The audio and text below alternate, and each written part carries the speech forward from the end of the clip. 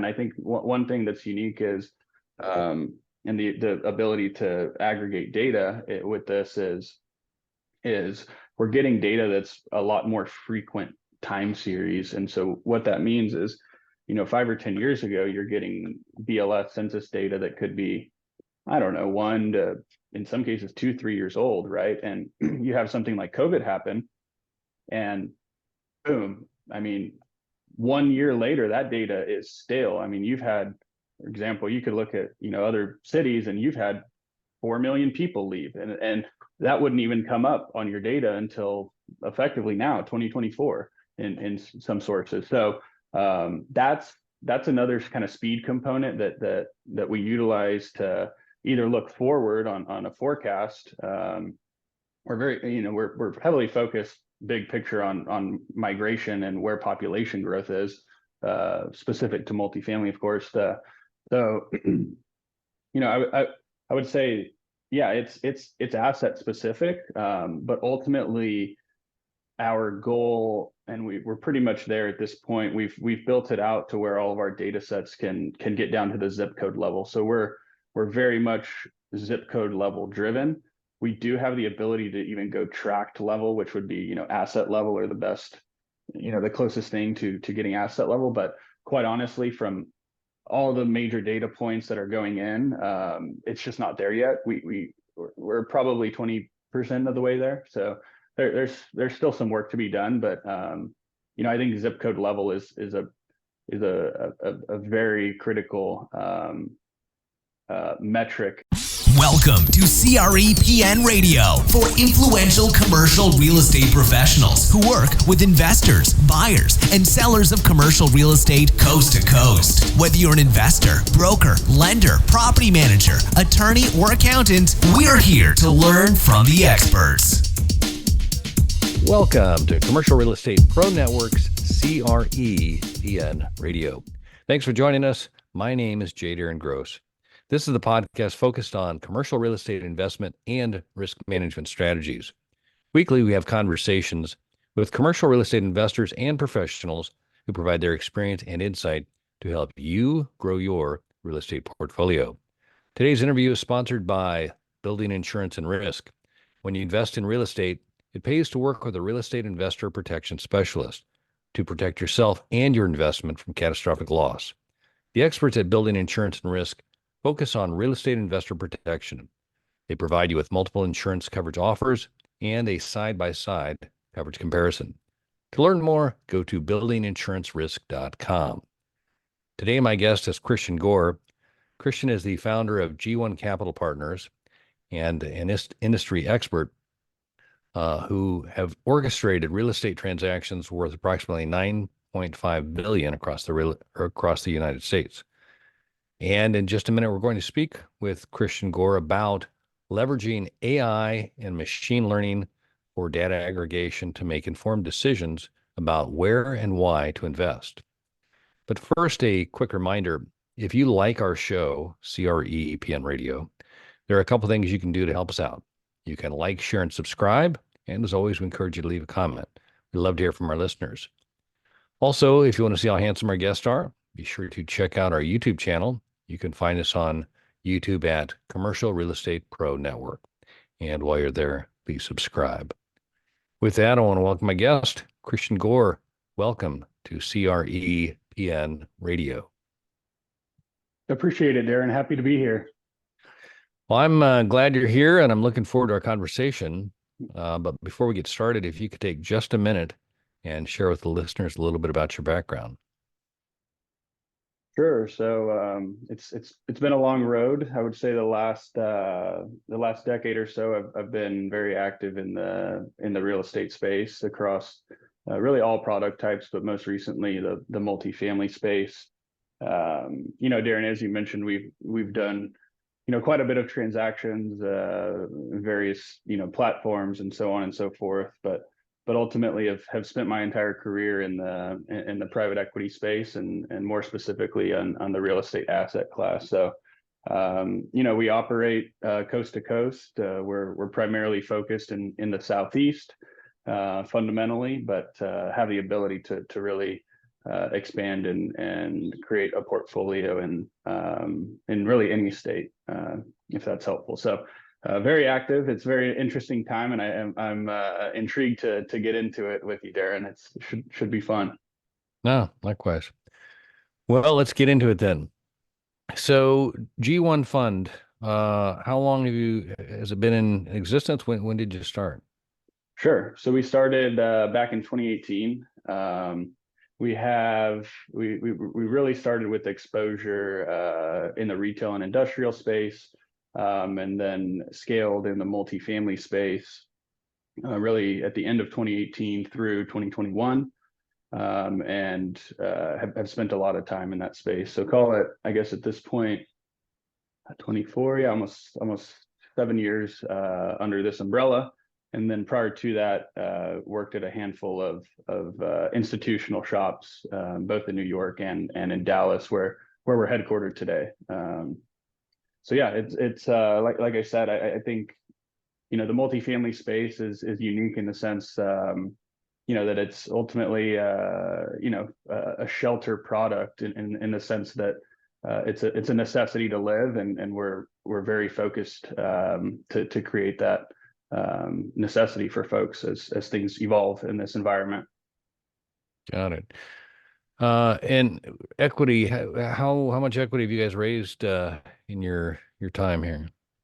Sure. So we've deployed about, let's see, about $500 million in AUM. That's fluctuated. We sold quite a bit in 21, and now we're redeploying capital in really all product types. Like I mentioned, we really allocate to multifamily. More specifically, we're very focused on the affordable space. We've got an industrial bucket, and then we also have a bucket that we call special situations.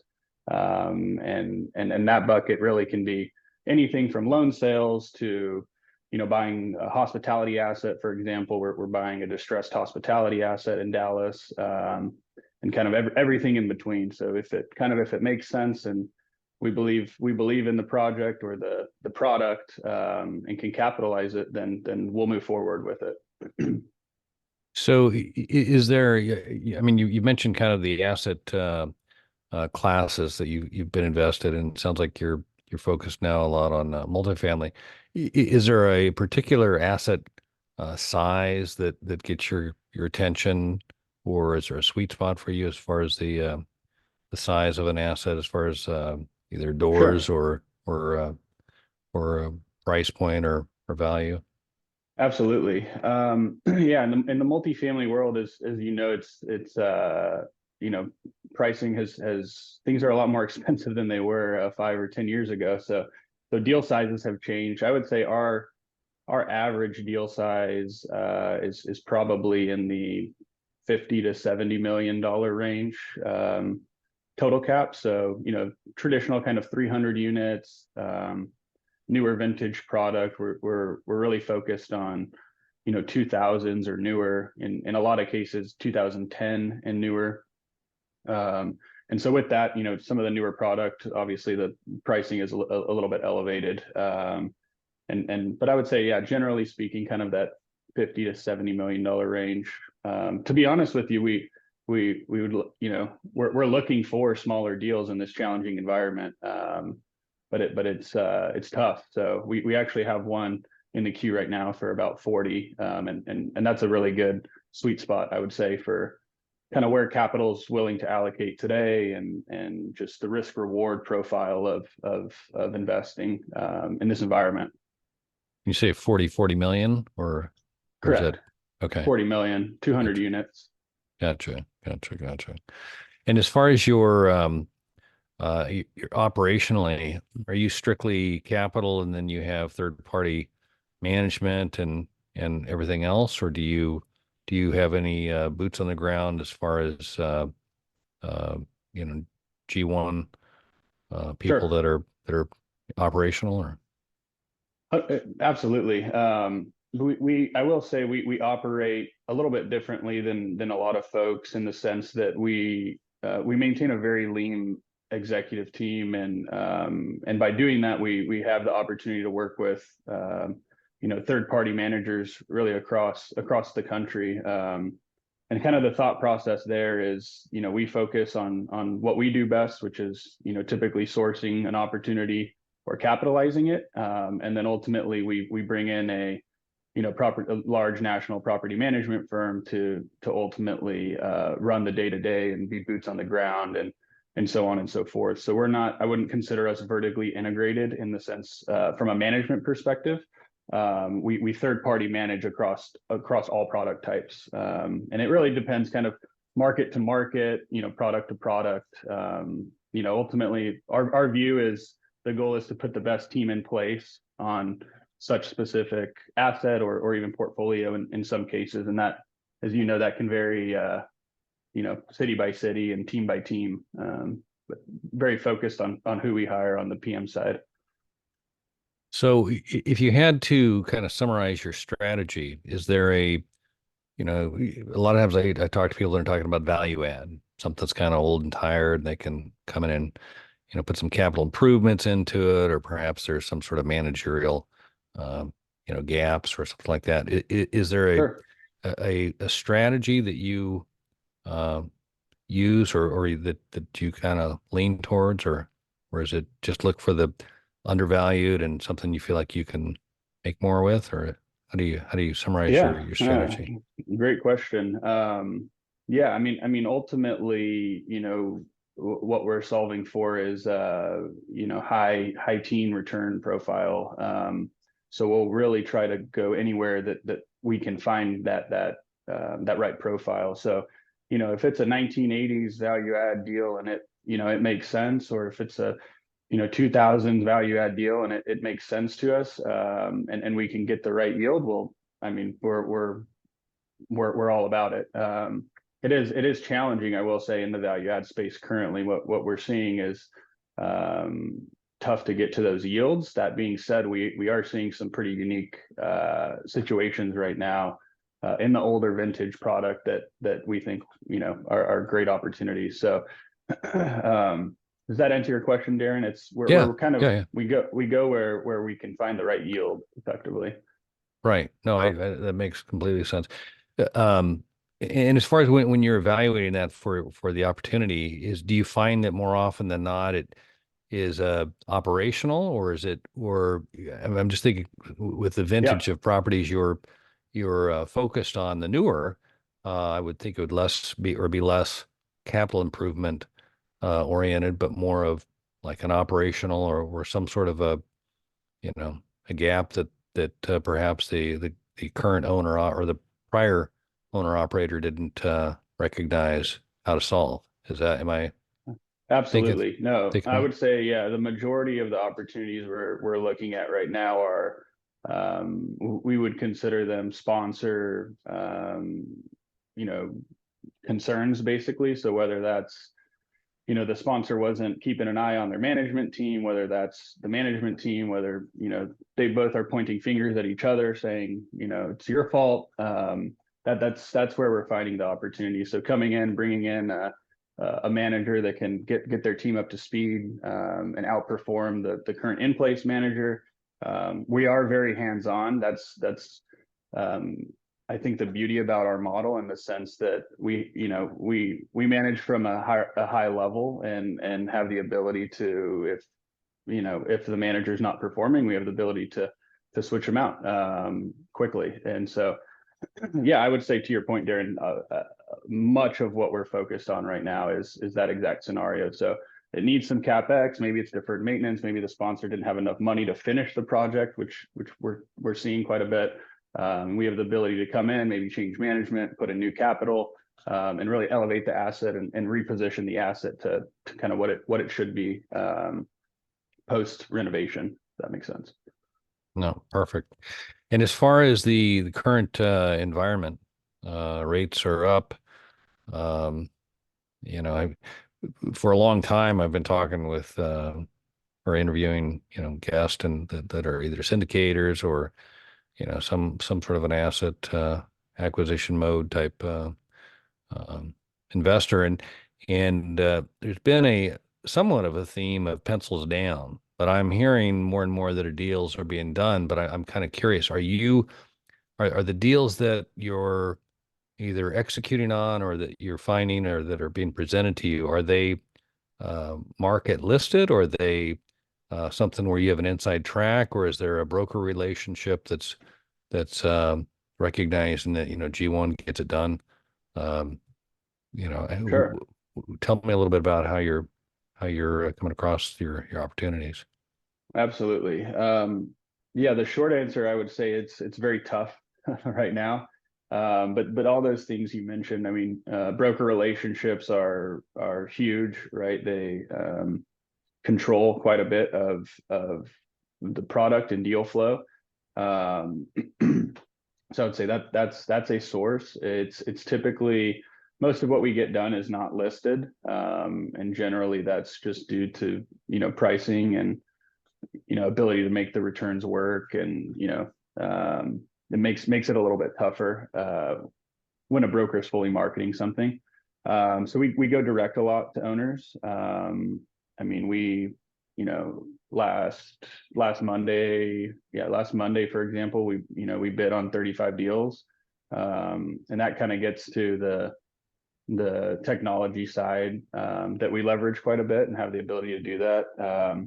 Yeah, I would say, going direct, we have our head of acquisitions is consistently on the phone. I mean, making 5 to 20 calls a day, just depends on how long they run. So there's a constant kind of source going direct. We leverage brokers, and ultimately we've been in the space for quite a bit of time. And so whether it be a broker or not, in this environment, there's a lot of scenarios where it's a contact we know that is ultimately looking to help a friend, or you name it, has an owner relationship, and ultimately they'll come to us and see if we can make a deal on pricing. So there's no one kind of channel that is the secret sauce. Unfortunately, that's kind of the business. But yeah, various different channels that we're sourcing from. Even lenders at this point, we're sourcing some opportunities direct. So is that Yeah, no, I think you kind of summed it up there. I think in challenging times, it's you got to look under every stone, and it sounds like your relationships and time you've been in the market have kind of speak for you in a way that people are aware of and know that you can operate, or know that you can close, I would guess would be kind of the way I'd sum it up. But speed is very much so what I would consider the name of the game. Sure. And yeah, and I mean, what we're finding is for the opportunities that make sense, you've got to move, and you've got to move fast with conviction. Right. And you guys, as a fund, you have assets to deploy, and I'm assuming uh work the lenders, that relationship's always available to you. Am I reading too much into that, or is that part of the No, give you your absolutely. speed? Okay. Yeah, no, absolutely. I mean, we're talking to our lenders, which we utilize a handful, but I mean we're talking to them weekly, easily.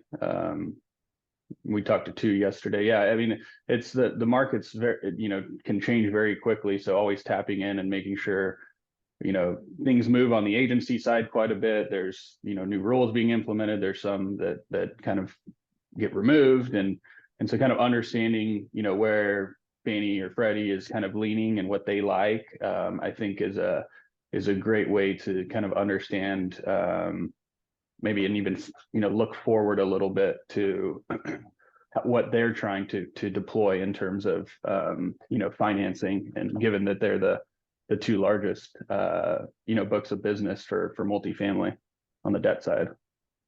No, it makes sense. Hey, before we started recording, you'd mentioned you guys on the multifamily do a fair amount in the affordable housing. Um, I was wondering if you could touch on that a little bit and share with the listeners a little bit about what you're doing there. Sure. No, yeah, I know we touched on it briefly, Darren. I think big picture, our thought process from a strategy standpoint is fundamentally, look, you can't, houses are expensive. We don't believe that's going to change anytime rapidly. And apartment rents are expensive, right? And so what we're finding in a lot of very specific states, one being Texas, where we sit, high property tax state. There's been a massive influx of folks coming in. It's raised income levels to, quite honestly, I think double what it was 5 to 7 years ago, which is kind of a wild concept.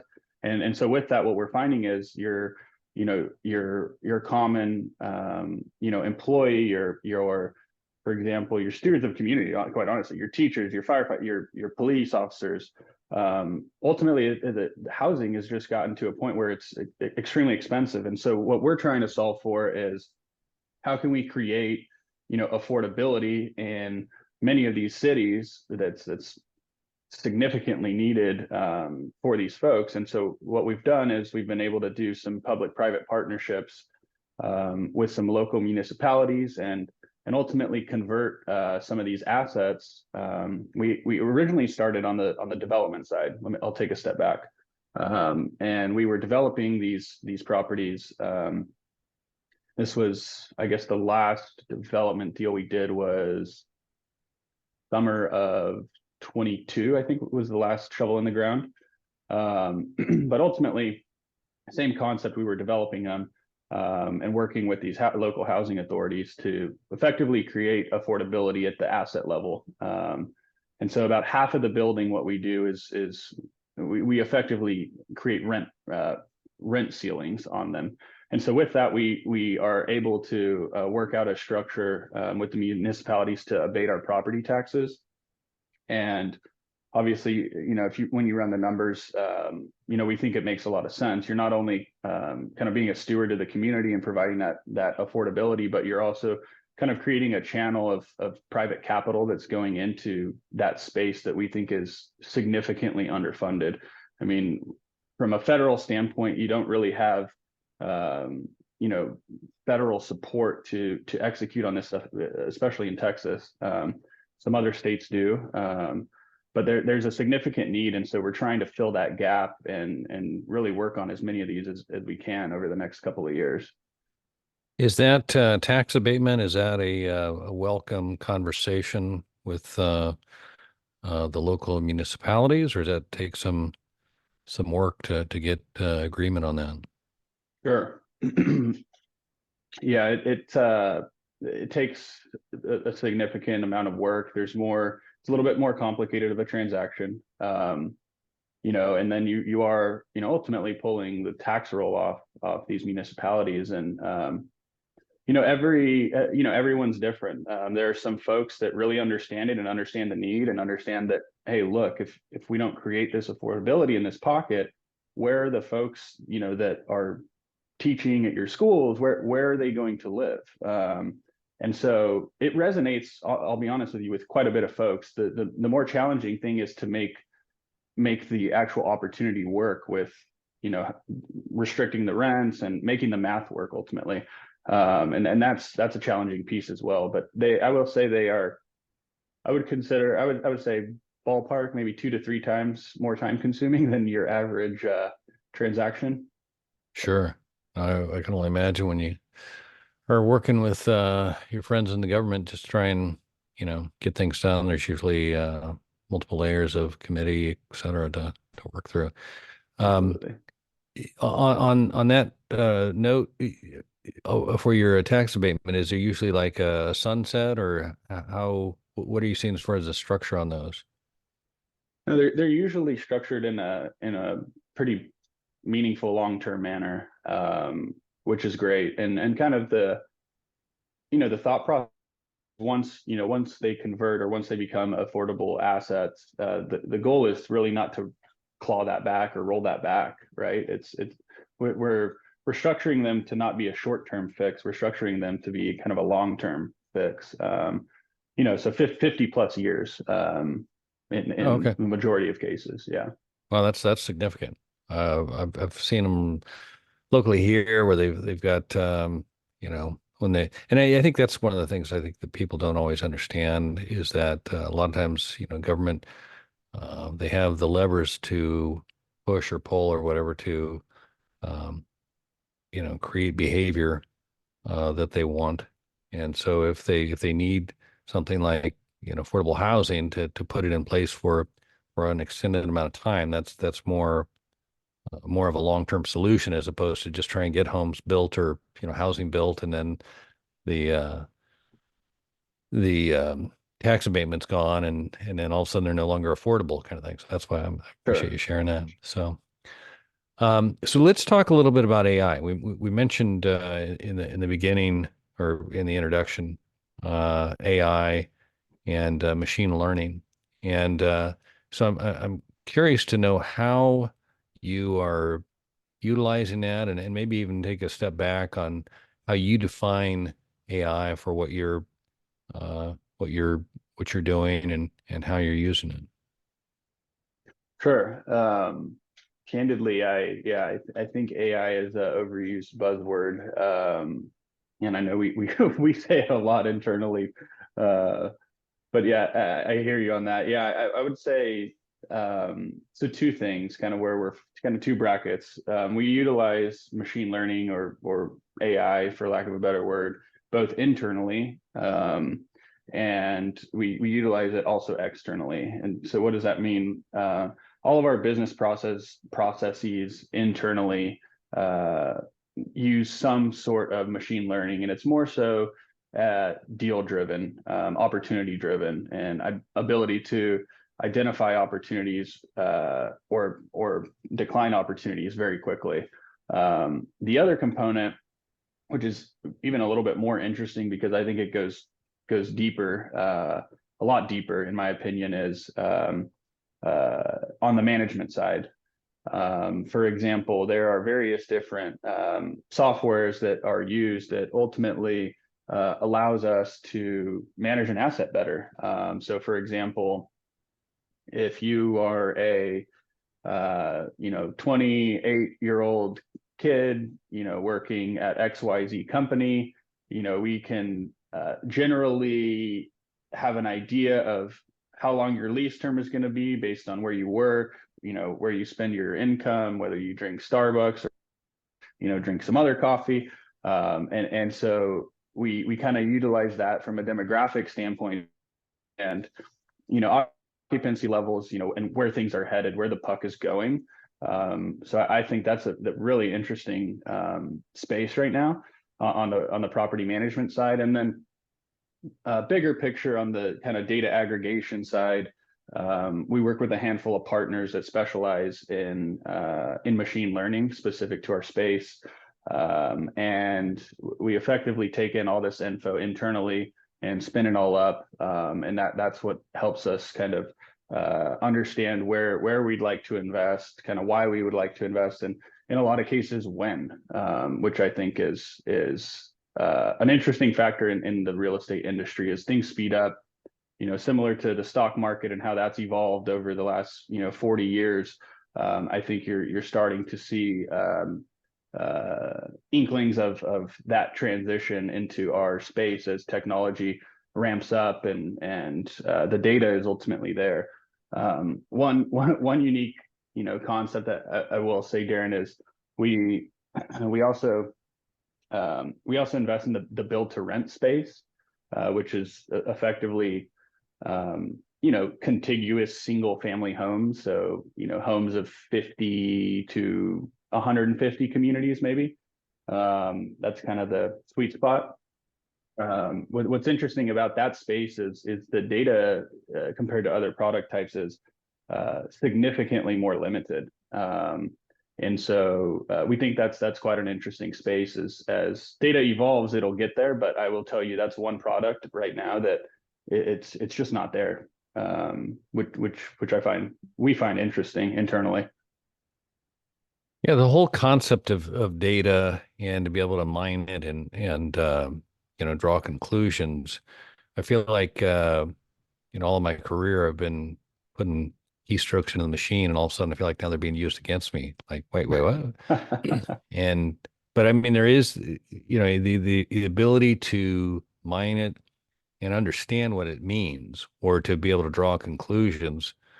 It's fascinating to me, and also kind of scary from a standpoint of being, you know, a member of all these data sets.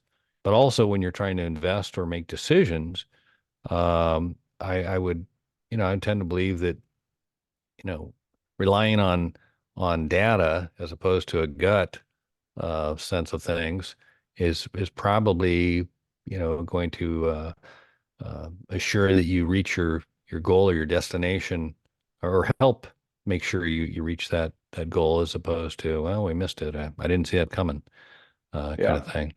So I'm curious. You mentioned kind of like, uh, how you can figure out based on a profile, if you will, based on, if you have a resident that's, like a 28-year-old male, you know, and based on where they work or with education level, I'm assuming, you can draw certain conclusions on that. Um, as far as, I mean, is that a lot of what the data that you're looking at is more of the uh, potential resident renter, or do you guys get into crime and and I can't even think of what all the other aspects are, but Yeah. permits, or U-Haul trucks, or whatever that is that shows people are coming this way, or they're leaving, or can you share any kind of, like, I guess what I'm really trying to understand is like an example of, I mean, and you gave an example, I appreciate that, but I'm just trying to think of if there's any, like, one thing that surprised you that you've learned that gave you some insight and or helped uh with the decision to or not to, or maybe to exit something earlier than maybe you thought originally. Sure. No, that's a great question. So I would say, on from the tenant demographic side, and that concept that you brought up, Darren, that we lean more on our property management team, which is a third party in this case, to leverage that. Um, on our end internally, to your point, what we've got is, the model that we utilize internally that runs all this is effectively, we've got really like five pillars, and so there's millions of data points going into that, and inputs obviously, but a handful of them are this: quality of life. That's a big one, right? So we score that. Crime, that's a big one.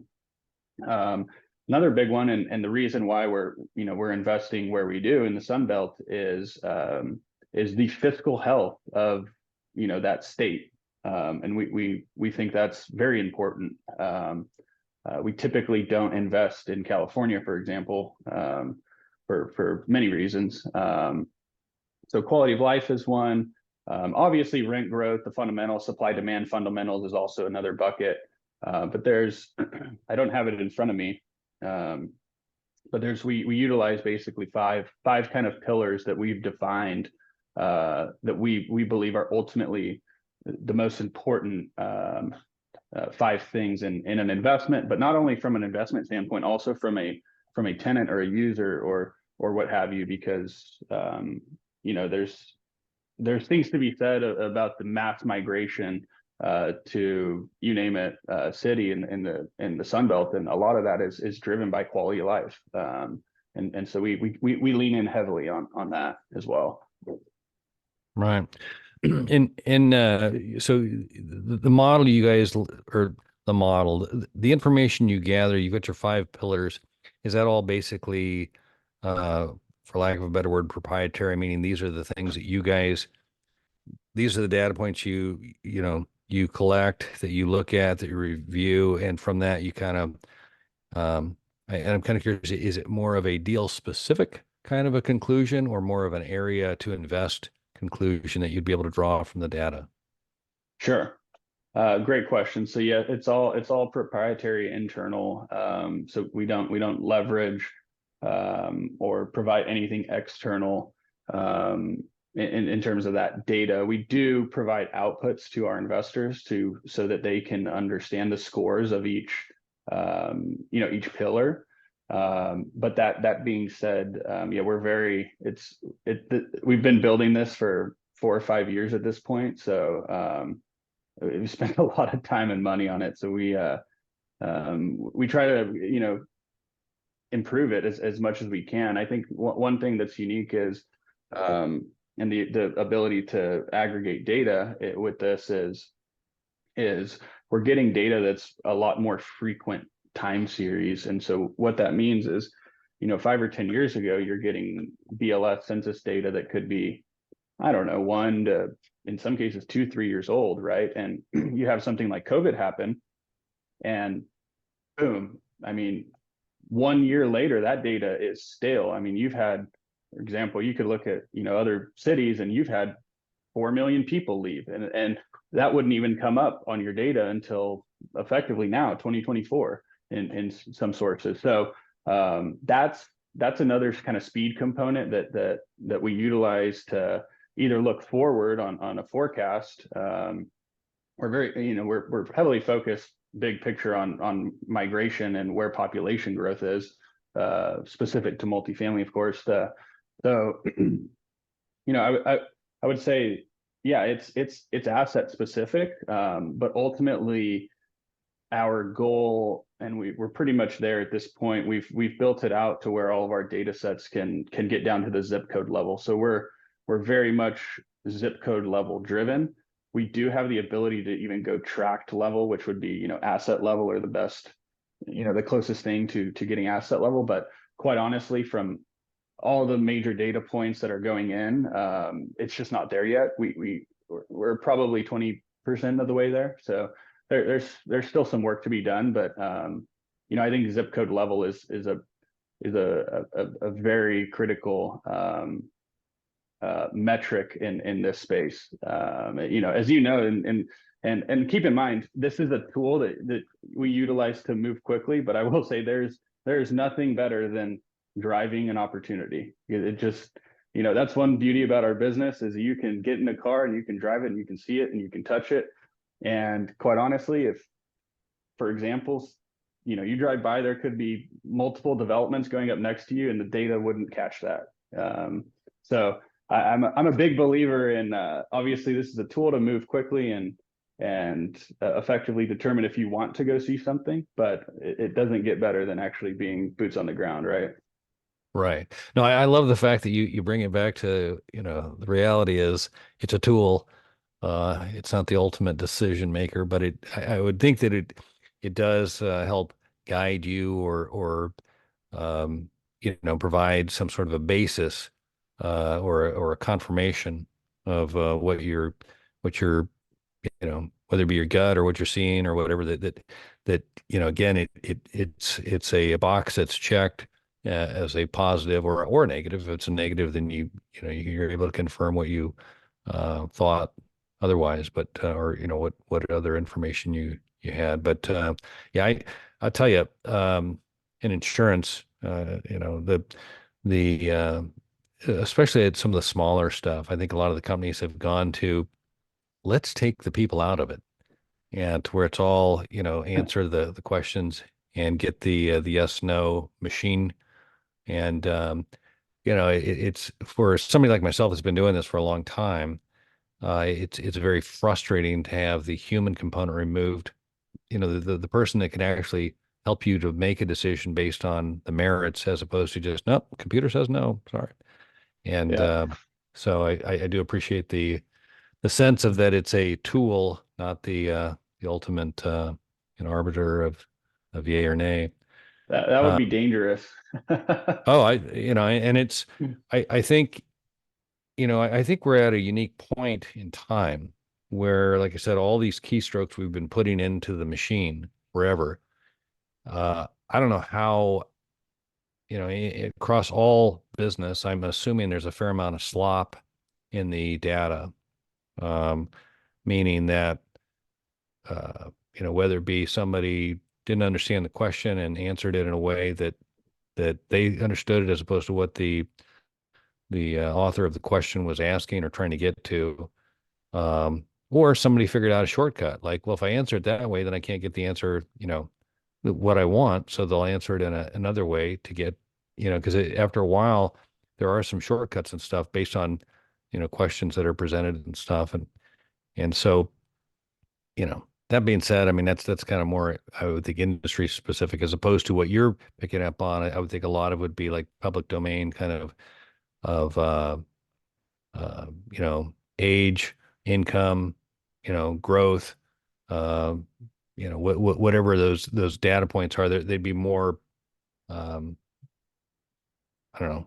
It wouldn't be Concrete. something that, yeah, it wouldn't be something that could be shaded in a particular way to make a decision. But Sure. anyway, I digress.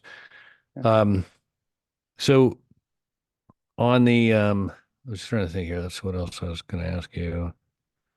Yeah, Uh, but I agree with you. It's very much a tool, and not by no means the ultimate stamp. But it does help manage time with a small team, right? We're a team of five. We've got four here in Dallas, and we've got our research team in California. So we're a small team, so we're always on flights, confirming whether or not this tool is accurate. But it helps us limit those flights, fortunately. yeah. So I mean, from that standpoint, I mean, if you invest in it and make it a useful tool, it can, help you with speed and also some efficiencies and cost savings, and that makes great sense. Um, you'd mentioned a little bit about COVID and how historical data may the lag in receiving the data and then being able to use it. Are there any trends that you guys look at going further back for like an economic cycle? Um, I don't know. I'm kind of curious because like a lot of times, like the Great Depression was always like a point in time where you could go back and you could see what happened and the rise and the fall and then the what came out of that, and then we talk about the Great Recession. I'm curious if there are any kind of like events or like cycles that you look to or consider when where we are now for any of the data, or is that anything you guys take into consideration? Oh, absolutely. A big believer in the cyclical nature of the business. So we probably spend too much time looking back on that data. Um, so yeah, I mean, uh, in this environment today, you know, I will make a bold statement here, but it's similar. I will say what we found is, I don't want to compare it to 2008. However, what we found that is vastly similar is the rate at which interest rates rose. And the difference between 2008 and now was the speed that those rates rose, which in this scenario, the last, call it year or two, I guess at this point, um, rates were raised at a pace that was probably four times the speed that they did in the Fed in 2007 and 8. And so kind of the way we think about that is, um, we by no means are we kind of looking down on that scenario. At this point, I think it kind of is what it is. And there's going to be some issues and some workouts and so on and so forth. But I think what we've come to the conclusion of is, comparing to 2008 or in some cases previous cycles, what we found is really, when you look back at the data, transactions didn't pick up until 2012. So what is that, 4 years? We think that with the speed and the data and technology that we have today, just in the banking system in general as a whole, big, capital markets structure, we think that timeline is going to be significantly reduced. And so what I mean by that is, I think we're at the basically bottom of and quote unquote recession. and that's a bold statement. I think there's still some leaves to fall a little bit specific to our industry, but holistically, I think the opportunity is looking forward is one of the opportunities of a lifetime. I think we're starting a new cycle. Rates will come down. How much they come down, TBD. When they come down, TBD. I'll tell you that we're assuming with our data that it won't happen until 2025 post-election. And then I think rates will modestly come down and normalize, and life will move on, and there will be significant opportunities throughout the next couple of years. So yeah, Darren, we probably spend way too much time looking back at that data, but I think there's some interesting similarities to what the Fed has done in both of those time periods. Yeah, I'm always, I don't want to say I'm a student of history, but I think that, it's worth going back and recognizing, what was in play. But I think one of the things that I think that's kind of a challenge and almost like a danger sometimes is that people say, well, last time they did this and then this happened and then that happened. And what sometimes that doesn't take into consideration is what were the fixes that were put in place so what happened last time won't happen again. And so while there's characteristics that are the same, I mean, the actual cause of what happened is likely different. And Sure. so, I'm, you know, I'm we'll see when it happens and how it happens and all that. But I do like the fact that you guys do look back and try and recognize, what was in play. And I do believe, kind of based on what we've been talking about, all this data will compress that time.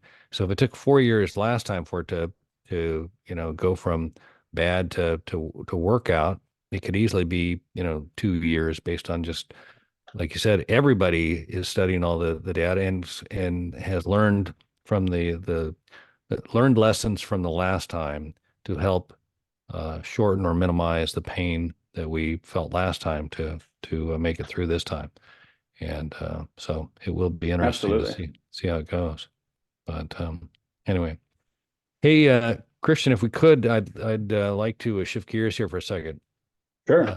As we've talked, by day I'm an insurance broker. And as such, I like to, I work with my clients to assess risk and determine what to do with the risk. And there's three strategies we typically consider. We first look to see if there's a way we could avoid the risk. When that's not an option, we'll look to see if there's a way we can minimize the risk. And if we cannot avoid nor minimize the risk, we look to see if there was a way we can transfer the risk. And that's what an insurance policy is. It's a risk transfer vehicle. And as such, I like to ask my guests if they can look at their own situation. Could be your investors, the lenders, the Fed, municipalities, whatever the election cycle, whatever it is that you see that you consider to be the biggest risk. And again, for clarification, while I am an insurance broker, I'm not necessarily looking for an insurance-related answer. And so if you're willing, I'd like to ask you, Christian Gore, what is the biggest risk? That's a great question.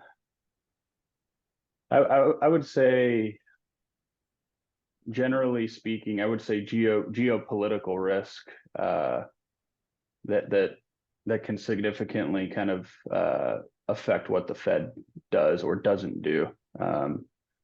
Yeah, there's a lot of things going on overseas. I know we're fortunate enough not to kind of have to be involved with it daily, but there's significant geopolitical risks in our view going on right now that who knows what can happen, but there's a direct correlation with the Fed and have kind of seen what they have the ability to do negatively to our business. So yeah, that would be off the cuff. That would be my biggest fear or risk looking forward in the near term, in the next 12 months, in my opinion. Yeah, I appreciate you bringing that up. It's not something I've heard many talk about, but there's definitely a I don't want to say there's a disconnect because it's all connected, but maybe not a realization all the time of how connected that is, and what the first domino could be from that when it is not on our shores, kind of thing, and just how